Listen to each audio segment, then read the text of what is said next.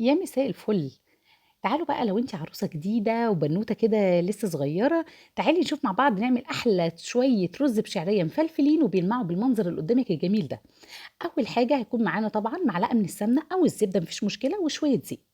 طبعا الزيت يا جماعة مهم جدا لأن هو ده اللي بيدي لمعة للرز حلوة وفلفلة جميلة جدا. نبدأ بقى ننزل بالشعرية بتاعتنا، والشعرية تكتريها أو تقلليها حسب رغبتك. أنا عن نفسي بحب الشعرية كتيرة شوية.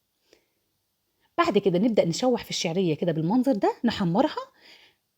ويراعى جدا ان انت تاخدي الجناب، اي شعرية في الجناب نزليها عشان كل الشعرية تاخد معاكي لون موحد جدا. طبعا بتكوني مجهزة جنبك شوربة او مية تكون بتغلي، شوربة او مية تكون مغليين. تمام. حلو قوي، شايفين اللون الجميل ده كده؟ اللون حلو معايا جدا. هو ده اللون اللي انا عايزاه. نبدا بقى، نزلت دلوقتي كوبايتين من الرز منقوعين ومتصفين كويس جدا، يعني مش منقوعين، لا سوري، مغسولين ومتصفين، مش منقوع خالص. تبداي بقى في المرحله ده تشوحي كويس جدا، عشان التشويح دي لا يقل عن دقيقتين، هو ده اللي بيدي فلفله للرز. هنبدا دلوقتي نسقي الرز بتاعنا. انا طبعا ما بعايرش، بس لكل كوبايه رز كوبايه من الميه او الشوربه.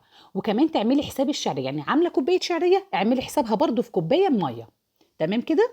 حلو قوي كده. عايزه بقى اقول لكم في اللحظه دي، اول ما سقيت الرز بتاعي اديت في الاخر معلقه سمنه بلدي او معلقه زبده. بتفرق جدا في الطعم يا بنات، وكمان بتساعد لك ان الرز يبقى مفلفل وبيلمع في الاخر.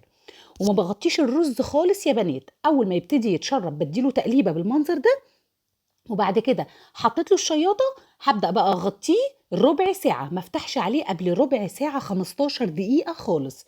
مهديه عليه شمعه خالص. شايفين بقى هنا بعد ما عدى ربع ساعه معايا وانا مغطيه وموطيه النار خالص شمعه، وطلع بالمنظر المفلفل الجميل. انا بوريكي هنا ان ولا لازق معايا ولا رزايه.